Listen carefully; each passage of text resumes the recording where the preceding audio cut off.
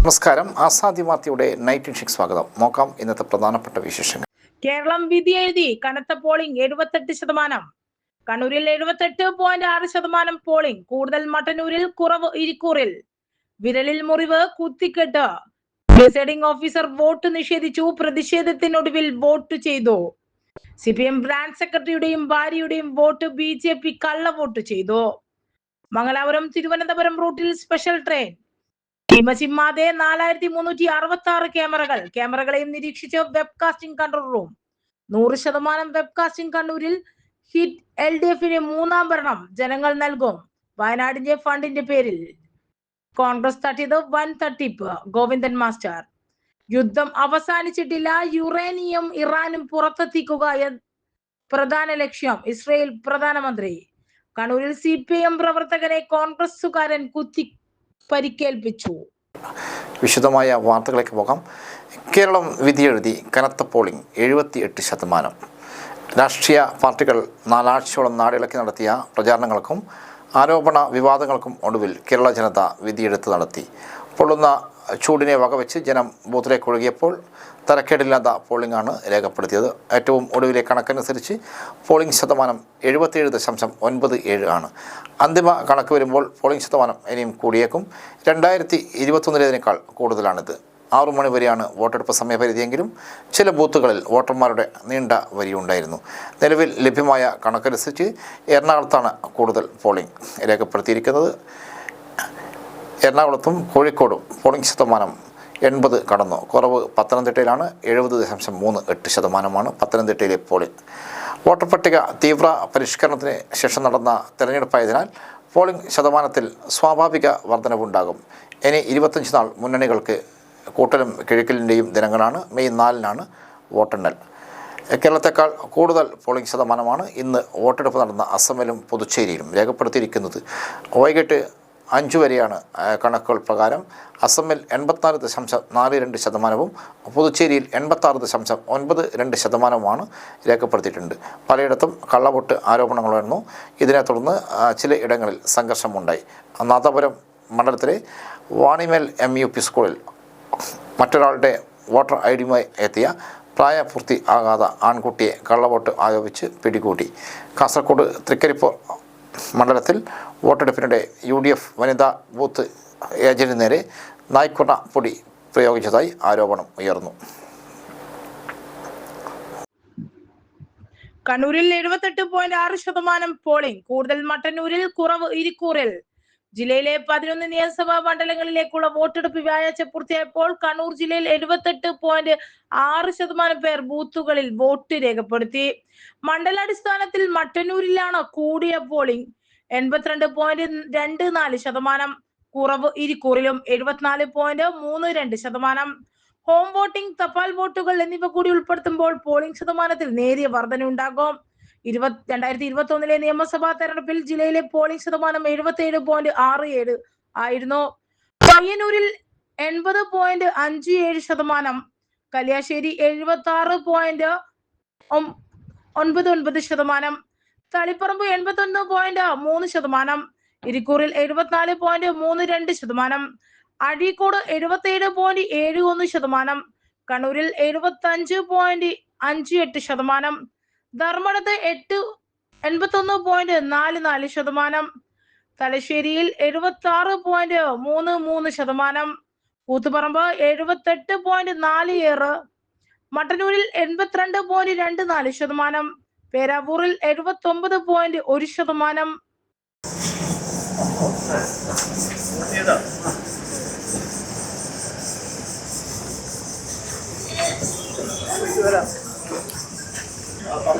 വലിയ ആത്മവിശ്വാസത്തോടുകൂടി LDF ഈ തെരഞ്ഞെടുപ്പിനെ ഒറ്റ അങ്ങ് പോയിക്കോട്ടെ.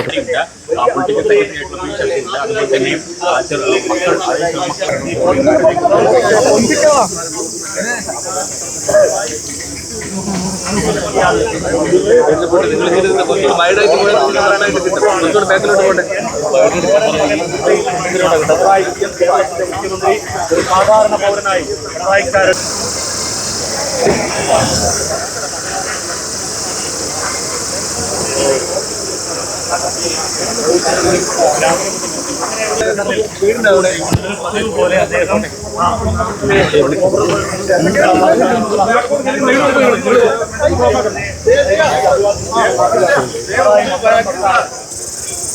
നിങ്ങൾ എടുക്കുന്ന പോലെയാണോ നമ്മൾ ചെയ്യണ്ടേ?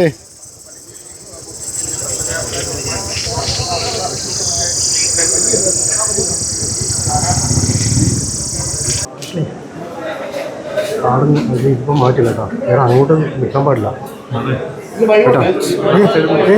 ഞാൻ ബ്ലോക്ക് ചെയ്യില്ലേ, അവിടെ നിന്ന് മാറ്റും.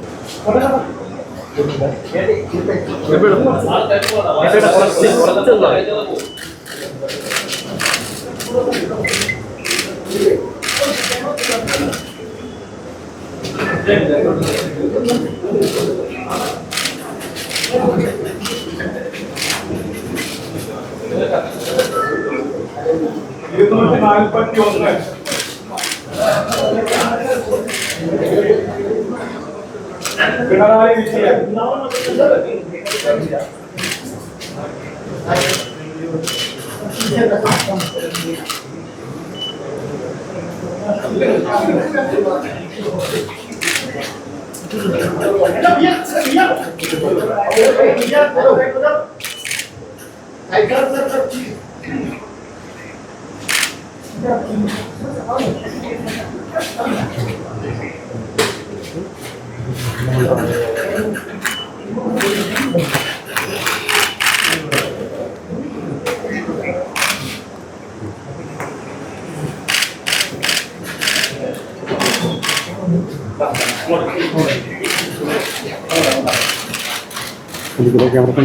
ഇല്ല 245 വിവേക്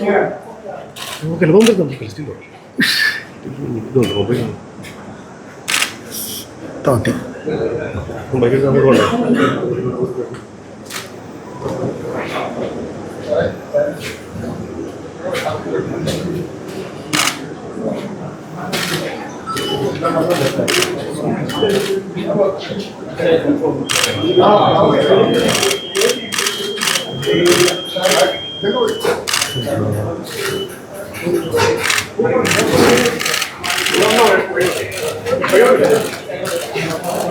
LDF-ന് മൂന്നാം ഭരണം ജനങ്ങൾ നൽകും. വയനാട് ഫണ്ടിന്റെ പേരിൽ കോൺഗ്രസ് നടത്തിയത് വൻ തട്ടിപ്പ്. MV Govindan master.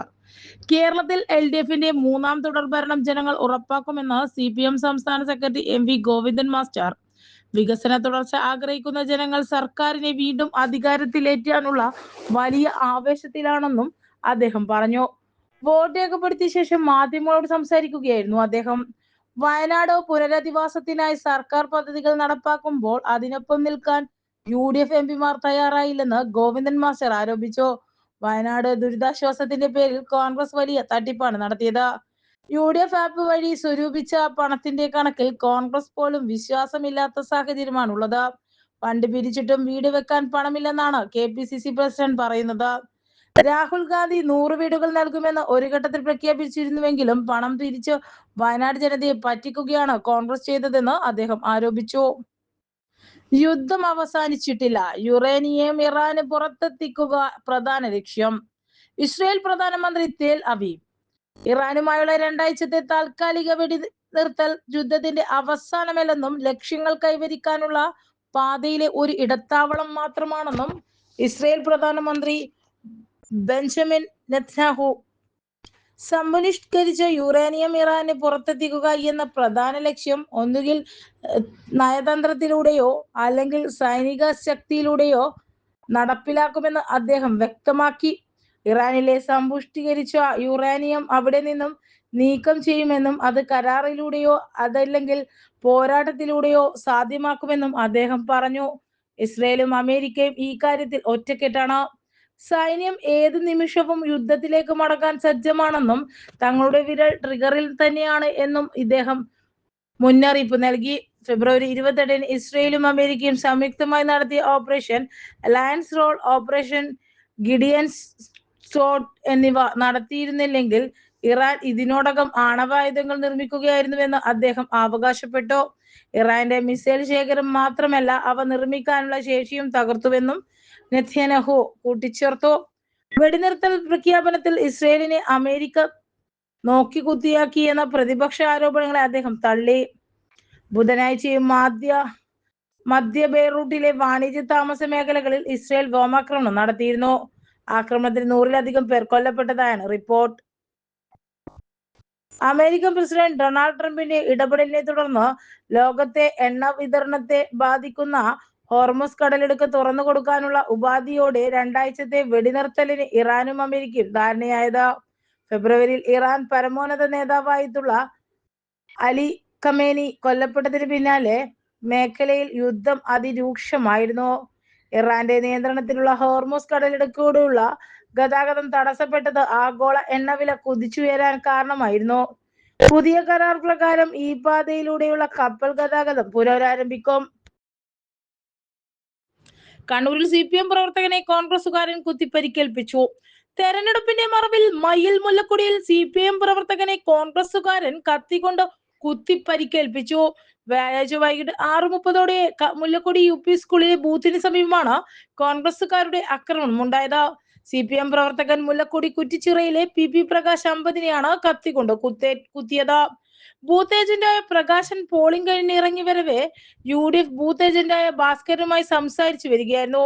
ഇതിനിടെ ബൂത്തിന് പുറത്തുണ്ടായ ഭാസ്കരന്റെ സഹോദരൻ ഓട്ടോ ഡ്രൈവറായ കോൺഗ്രസുകാരൻ P കൃഷ്ണൻ കത്തിയെടുത്ത് കുത്തുകയായിരുന്നു. ഗുരുതരമായ പരിക്കേറ്റ പ്രകാശനെ AKG ആശുപത്രിയിൽ പ്രവേശിപ്പിച്ചു. സമാധാന അന്തരീക്ഷത്തോടെ തെരഞ്ഞെടുപ്പ് നടന്ന പ്രദേശത്ത് ബോധപൂർവം അക്രമം ഉണ്ടാക്കാനാണ് കോൺഗ്രസ് ശ്രമിച്ചത്. ഇതിന്റെ ഭാഗമായാണ് കത്തിക്കുത്തിലേക്ക് കലാശിച്ചത്. പ്രതിയെ മയ്യിൽ പോലീസ് കസ്റ്റഡിയിലെടുത്തു. പരിക്കേറ്റ് ചികിത്സയിൽ കഴിയുന്ന പ്രകാശനെ LDF കൺവീനർ N ചന്ദ്രൻ, സംസ്ഥാന കമ്മിറ്റി അംഗങ്ങളായ TV രാജേഷ്, ബിജു കണ്ടക്കൈ, CPM ജില്ലാ സെക്രട്ടറി KK രാഗേഷ്, CPM ജില്ലാ കമ്മിറ്റി അംഗം KC Harikrishnan, area secretary N Anilkumar തുടങ്ങിയവർ കണ്ണൂർ AKG ആശുപത്രിയിലെത്തി സന്ദർശിച്ചു. സംസ്ഥാനത്ത് വീണ്ടും മരണാനന്തര അവയവദാനം. 6 പേരുടെ ജയ് വീണ്ടും ജനിക്കുന്നു. എയർ ആംബുലൻസിൽ ഹൃദയം കൊച്ചിയിലെത്തിച്ചു. സംസ്ഥാനത്ത് വീണ്ടും മരണാനന്തര അവയവദാനം. തിരുവനന്തപുരം സ്വദേശിയായ ജയ്കുമാറിന്റെ 35 ഹൃദയം, 2 വൃക്കകൾ, കരൾ, 2 നേത്രപടലങ്ങൾ എന്നിവയാണ് ദാനം ചെയ്തത്. തിരുവനന്തപുരം കിംസ് ആശുപത്രിയിൽ ചികിത്സയിലിരിക്കെയാണ് ജയ്ക്ക് മസ്തിഷ്ക മരണം സംഭവിച്ചത്. ജയ്യുടെ ഹൃദയം തിരുവനന്തപുരത്ത് നിന്നും എയർ ആംബുലൻസ് വഴി കൊച്ചിയിലെ ലിസി ആശുപത്രിയിൽ എത്തിച്ചു. ലിസി ആശുപത്രിയിൽ ചികിത്സയിൽ കഴിയുന്ന മലപ്പുറം മൂക്കുതല സ്വദേശി 14 വയസ്സുകാരിയിലാണ് ജയ്യുടെ ഹൃദയം ഇനി മിടിക്കുക. തിരുവനന്തപുരം വിമാനത്താവളത്തിൽ നിന്നും ഉച്ചയ്ക്ക് 1:45-ഓടെയാണ് ഹൃദയം വഹിച്ചുകൊണ്ടുള്ള ആഭ്യന്തര വകുപ്പിന്റെ ഹെലികോപ്റ്റർ പറന്നുയർന്നത്. 2:42-ഓടെ ഹെലികോപ്റ്റർ കൊച്ചി ഗ്രാൻഡ് ഹയത്തിൽ ലാൻഡ് ചെയ്തു. അവിടെ നിന്നും റോഡ് മാർഗമാണ് ഹൃദയം മിനിറ്റുകൾക്കുള്ളിൽ എറണാകുളം ലിസി ആശുപത്രിയിൽ എത്തിച്ചത്. തിരുവനന്തപുരം സെൻട്രൽ സ്റ്റേഷനിൽ നിന്നും ഇന്ന് വൈകുന്നേരം 4:05-ന് പുറപ്പെട്ട വന്ദേ ഭാരത് എക്സ്പ്രസിലാണ് ഒരു വൃക്ക കോഴിക്കോട്ടേക്ക് കൊണ്ടുപോയത്. രാത്രി 9:30-ഓടെ കോഴിക്കോട് റെയിൽവേ സ്റ്റേഷനിൽ എത്തിക്കുന്ന വൃക്ക ഉടൻ തന്നെ കോഴിക്കോട് സർക്കാർ മെഡിക്കൽ കോളേജിലെ രോഗിയിൽ വെച്ച് പിടിപ്പിക്കും. ഒരു വൃക്കയും കരളും കിംസ് ആശുപത്രിയിലെയും 2 നേത്രപടലങ്ങൾ തിരുവനന്തപുരം റീജിയണൽ ഒഫ്താൽമോളജിയിലെയും രോഗികൾക്കാണ് നൽകിയത്. കേസോട്ടയുടെ നേതൃത്വത്തിലാണ് അവയവ കൈമാറ്റ നടപടികൾ ഏകോപിപ്പിച്ചത്. 2 മാസത്തിനിടെ കേരളത്തിൽ നടക്കുന്ന 6ാമത്തെ അവയവദാനമാണിത്. തിരുവനന്തപുരം കഴക്കൂട്ടം ടെക്നോ പാർക്കിൽ IT കമ്പനിയിൽ ജോലി ചെയ്തു വരികയായിരുന്നു ജയ്കുമാർ. ഇന്നലെ കിംസ് ആശുപത്രിയിൽ വെച്ചാണ് ജയ്ക്ക് മസ്തിഷ്ക മരണം സംഭവിച്ചത്. തുടർന്ന് കുടുംബാംഗങ്ങൾ അവയവദാനത്തിന് സന്നദ്ധരാവുകയായിരുന്നു. 7 വയസ്സുള്ള പൃഥ്വിഷാണ് മകൻ. അച്ഛൻ ജയകുമാർ, അമ്മ അംബിക ജയകുമാർ, സഹോദരി ജയു.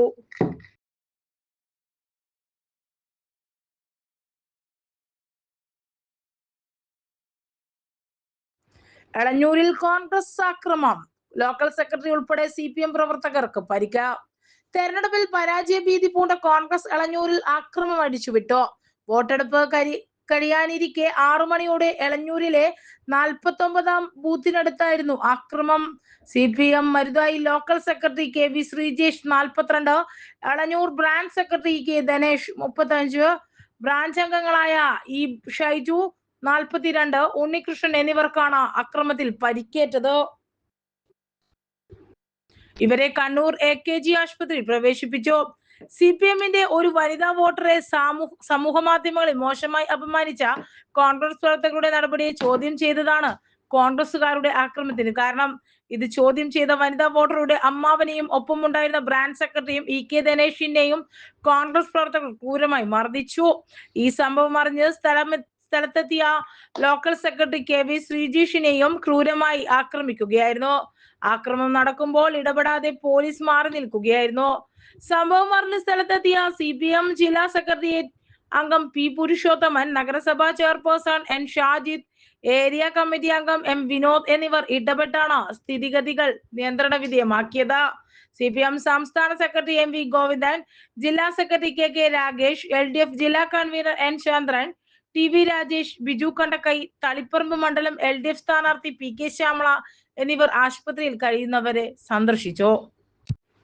കോൺഗ്രസ് തീക്കൊള്ളി കൊണ്ട് തലചൊറിയരുത് CPIM. പരാജയ ഭീതി പൂണ്ട കോൺഗ്രസ് എളഞ്ഞൂർ അക്രമം അഴിച്ചുവിടുകയായിരുന്നുവെന്ന് CPM Mattannur area secretary M Ratheesh പ്രസ്താവനയിൽ പറഞ്ഞു. കോൺഗ്രസ് തീക്കൊള്ളി കൊണ്ട് തലചൊറിയരുത്. കോൺഗ്രസ് അക്രമത്തിനെതിരെ ജനാധിപത്യ വിശ്വാസികൾ ശക്തമായി പ്രതിഷേധിക്കുമെന്നും അദ്ദേഹം പ്രസ്താവനയിൽ പറഞ്ഞു. സംഭവത്തിൽ CPM മട്ടന്നൂർ ഏരിയ കമ്മിറ്റി പ്രതിഷേധിച്ചു.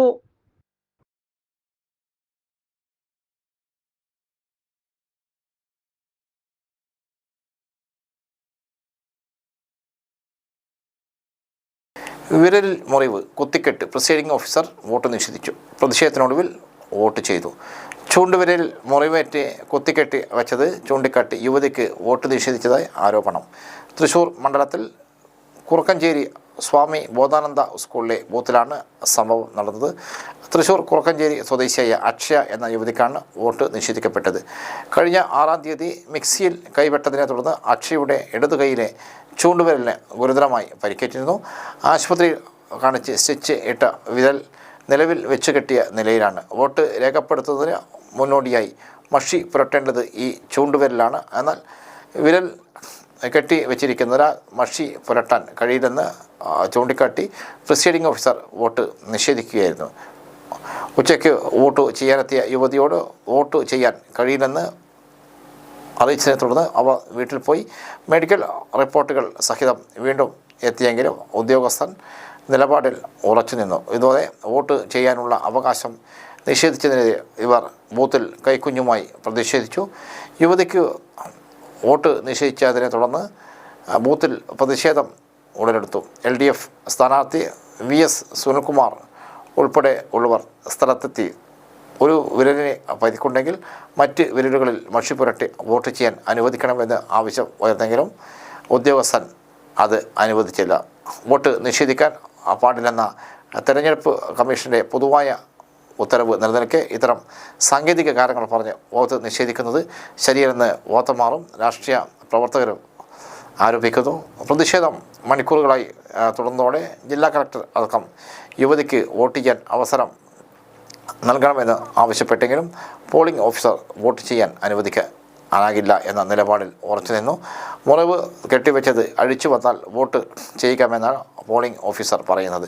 യുവതിയുടെ വിരലിൽ 15 കുത്തിക്കെട്ടുകളാണ് ഉള്ളത്. പ്രതിഷേധങ്ങൾക്ക് ഒടുവിൽ യുവതിയിൽ നിന്ന് സത്യവാങ്മൂലം എഴുതി വാങ്ങിയതിനു ശേഷം പോളിംഗ് സമയം അവസാനിക്കാറായപ്പോഴാണ് ആ പ്രിസൈഡിംഗ് ഓഫീസർ വോട്ട് ചെയ്യാൻ അനുവദിച്ചത്. ഉച്ചയ്ക്ക് 1:30 എത്തിയ യുവതിക്ക് വോട്ട് ചെയ്യാനത് വൈകിട്ട് 6 മണിക്കാണ്. അതുവരെ യുവതിയെ പ്രിസൈഡിംഗ് ഓഫീസർ വോട്ട് ചെയ്യാൻ അനുവദിച്ചില്ല.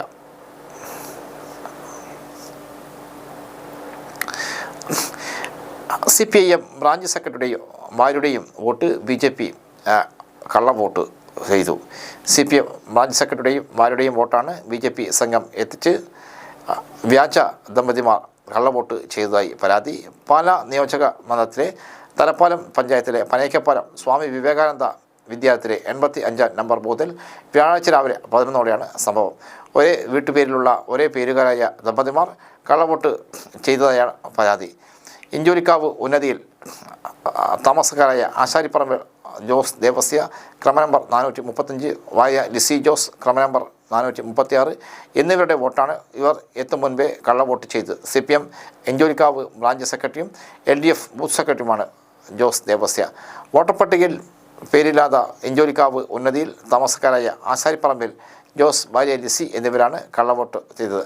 ദമ്പതിമാർ ആധാർ കാർഡ് ഹാജരാക്കിയാണ് വോട്ട് രേഖപ്പെടുത്തിയത്. പോളിംഗ് ഉദ്യോഗസ്ഥർ ഫോട്ടോ പരിശോധിക്കാതെ വ്യാജ വോട്ടർമാരെ അനുവദിച്ചതായി ആക്ഷേപമുണ്ട്. പകൽ 12:45 യഥാർത്ഥ വോട്ടർമാർ എത്തിയപ്പോഴാണ് തട്ടിപ്പ് പുറത്തറിഞ്ഞത്. BJP പ്രവർത്തകർ ഓട്ടോറിക്ഷയിൽ എത്തിച്ച വ്യാജ വോട്ടർമാരെ ഒരേ വീട്ടുപേരും ഒരേ പേരുമാണ് ഉള്ളത്. LDF ബൂത്ത് ഭാരവാഹികൾ എന്ന് പറഞ്ഞു. സംഭവത്തിൽ ജോസ് ദേവസിയും ഭാര്യയും പ്രിസൈഡിംഗ് ഓഫീസർക്ക് പരാതി നൽകി. കള്ളവോട്ട് ചെയ്തവർക്കെതിരെ നടപടി സ്വീകരിക്കണമെന്ന് LDF ഇലക്ഷൻ കമ്മീഷനോടും പോലീസിനോടും ആവശ്യപ്പെട്ടു. മംഗലാപുരം തിരുവനന്തപുരം റൂട്ടിൽ സ്പെഷ്യൽ ട്രെയിൻ. ഉത്സവകാലം പ്രമാണിച്ച് മംഗലാപുരം ജംഗ്ഷനും തിരുവനന്തപുരം നോർത്തിലും ഏരിയയിൽ സ്പെഷ്യൽ ട്രെയിൻ സർവീസ് പ്രഖ്യാപിച്ചു ദക്ഷിണ railway. Train number 06041 Mangaluru junction Thiruvananthapuram north special April 11 ശനിയാഴ്ച വൈകിട്ട് 6-ന് മംഗളൂരു ജംഗ്ഷനിൽ നിന്ന് പുറപ്പെട്ട് അടുത്ത ദിവസം രാവിലെ 6:30 തിരുവനന്തപുരം നോർത്തിൽ എത്തിച്ചേരും. സ്റ്റോപ്പുകൾ കാസർഗോഡ്, കാഞ്ഞങ്ങാട്, പയ്യന്നൂർ, കണ്ണൂർ, തലശ്ശേരി, വടകര, കോഴിക്കോട്, തിരൂർ, ഷൊർണൂർ, തൃശ്ശൂർ, ആലുവ, എറണാകുളം ടൗൺ, കോട്ടയം, ചങ്ങനാശ്ശേരി, തിരുവല്ല, ചെങ്ങന്നൂർ, കായംകുളം, കൊല്ലം, തിരുവനന്തപുരം നോർത്ത്. തിരിച്ചുള്ള train number 06042 Thiruvananthapuram north Mangalore junction express special April 12 ഞായറാഴ്ച രാവിലെ 10:30 തിരുവനന്തപുരം നോർത്തിൽ നിന്ന് പുറപ്പെട്ട് അതേസമയം രാത്രി 8:45 മംഗളൂരു ജംഗ്ഷനിൽ എത്തിച്ചേരും. ടിക്കറ്റ് റിസർവേഷൻ ഏപ്രിൽ 9 രാവിലെ 8 ആരംഭിക്കും. ഇതോടെ ഇന്നത്തെ ആസാദി വാർത്തകൾ സമാപിക്കുന്നു. വീണ്ടും നാളെ കാണാം. നന്ദി, നമസ്കാരം.